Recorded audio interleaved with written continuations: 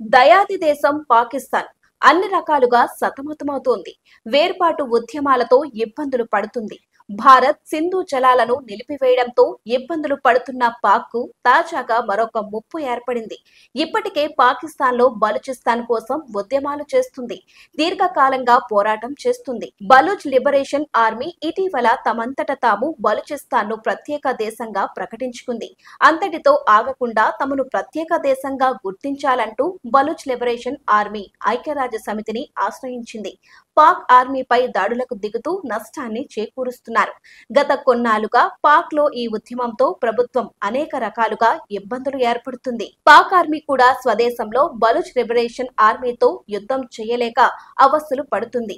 Pak army కనిపిస్తే చాలు Baloch liberation army దాడులకు దిగుతుంది. పాక్ లోని క్వెట్టా, పంజాగుర్, కెచ్ వంటి ప్రాంతాలు మినహాయిస్తే 80% బూచ్ ఫ్రాన్సిస్ పై పాక్ ప్రభుత్వానికి ఇప్పటికే అధికారం లేదు. ఇదిలా కొనసాగుతూ ఉంటే తాజాగా పాకిస్తాన్లోని మరో ప్రాంతం నుంచి తమకు ప్రత్యేక దేశం కావాలన్న డిమాండ్తో ఉద్యమం మొదలుపెట్టింది. సింధు ప్రావిన్స్ ప్రజలు కూడా రోడ్డుకెక్కి తమకు ప్రత్యేక దేశం కావాలని నినాదిస్తున్నారు. సింధు దేశ్ కావాలంటూ ప్రదర్శనలతో పాటు నిరసనలకు దిగుతున్నారు. 1995 నుంచి ఈ డిమాండ్ ఉన్నా ఇప్పుడు అది తీవ్ర రూపం దాల్చింది. ఇప్పటికే ఖైబర్ పఖ్తూన్ఖ్వా ప్రజలు కూడా తమను వేరుగా ప్రకటించుకున్నారు.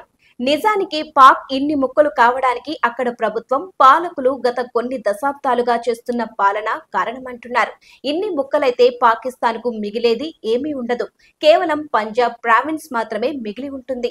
రాజకీయ డామినేషన్ ఇక్కడి నుంచే ఉండటంతో ఉద్యమాలను కొంత అణిచివేస్తున్నప్పటికీ ఎప్పటికైనా పాక్ కు అన్ని ప్రాంతాల నుంచి ఉద్యమ సెగ తప్పదని అంటున్నారు. ఇలాంటి ఉద్యమాలు పాక్ కు కొత్త కాకపోయినా అసలే ఆర్థిక పరిస్థితి అంతంత మాత్రంగా ఉన్నా పాకిస్తాన్ కు ఒకవైపు భారత్ తీసుకున్న నిర్ణయాలు, మరోవైపు సొంత దేశంలో జరుగుతున్న పరిణామాలు మింగుడు పడనీయడం లేదు. మొత్తం మీద దయాది దేశం పాకిస్తాన్ మాత్రం తన ఇలాకాల్లోనే అస్తిత్వాన్ని కోల్పోయే పరిస్థితులు తనంతట తానే కొని తెచ్చుకున్నట్లయింది.